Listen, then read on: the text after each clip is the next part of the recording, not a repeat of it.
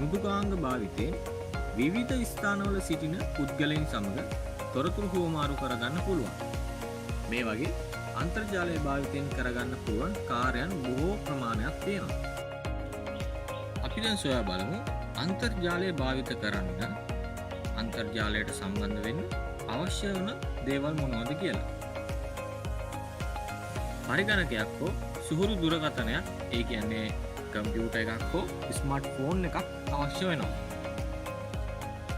අන්තර්ජාල සම්බන්ධතාවය ගොඩනගා ගැනීමට ඩයලොග් මොබිටෙල් වැනි අන්තර්ජාල සේවා සපයන්නන්ගෙන් ලබා ගන්න Wi-Fi රවුටරයක් හෝ මොඩමයක් හෝ ඩොංගල් එකක්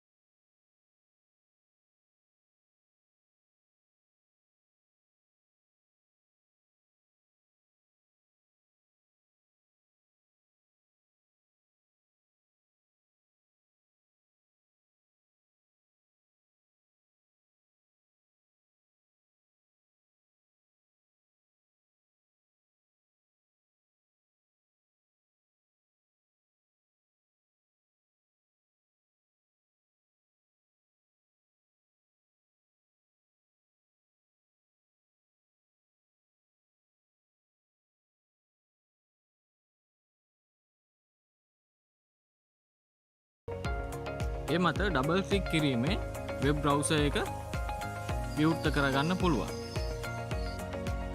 වෙබ් අතිරික්ෂුවක ඉහළ කොටසේ ලිපින පටිත්ත දැක ගන්න පුළුවන්. ඉංග්‍රීසි භාෂාවේ ඇඩ්‍රස් බාර් කියලා අපි ඒ හඳුන්වනවා. එම ඇඩ්‍රස් බාර් කියන තීරුවේ අපිට භාවිතා කිරීමට අවශ්‍ය සෙවුම් යන්ත්‍රය ලබා ගන්න එම සෙවුම් යන්ත්‍රයේ ලිපිනය ඇතුළත් කරනවා. ලිපින පටිත්ත මතට මූසික තුඩ ගෙන ගොස් ක්ලික් කරන්න. ඉන්පසු කෙලින්ම ලිපිනය ඇතුළත් කරන්න. ලිපිනය ඇතුළත් කළ පසු යතුරු පුවරුවේ එන්ටර් යතුර හෝ ලිපින පටිත්තේ ඇති සර්ච් කියන යතුර ක්ලික් කිරීමෙන් අදාළ සෙවුම් යන්ත්‍රය ලබා ගන්න පුළුවන්. මෙම සෙවුම් යන්ත්‍රයක සෙවුම් පෙට්ටියක්, සර්ච් බොක්ස් එකක්, එහෙමත් නැත්නම් සෙවුම් ශේෂ්ත්‍රයක්, සර්ච් ෆීල්ඩ් එකක් දැක ගන්න පුළුවන්.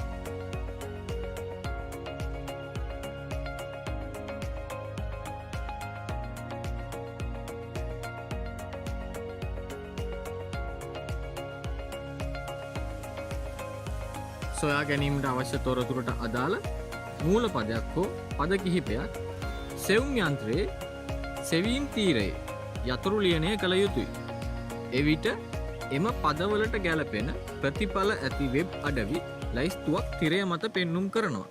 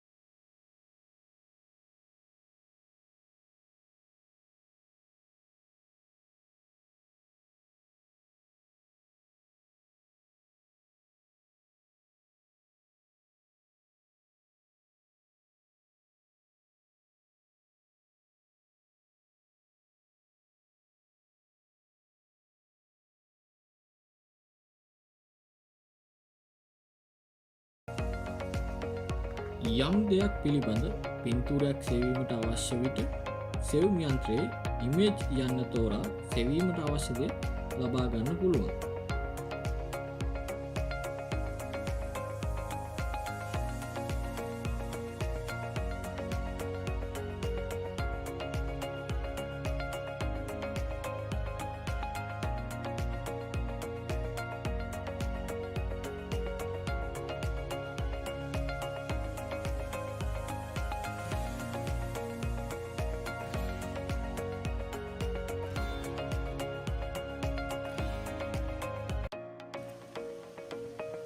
අපි දැන් බලමු අධිසන්ධානයක් කියන්නේ මොකක්ද කියලා.